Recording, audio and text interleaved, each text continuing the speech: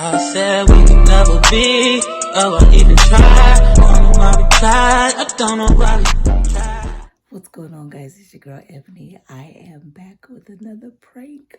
Today I am going to prank my husband with the air horn prank. My husband falls asleep a lot, so right now he's in the living room and he's sleeping. So I am going to do my first air horn prank on him today. If you're new to my channel, thank you so much for watching. Hit the subscribe button. If you're returning, get ready for more pranks because it's coming. I will see you guys soon. Bye.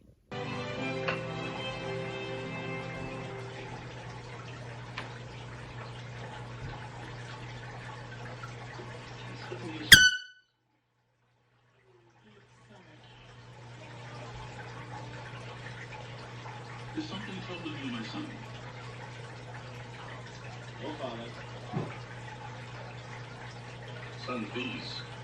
I am more than the exalted ruler of this land and the master of all I survey. I'm also a concerned dad. Well, Father.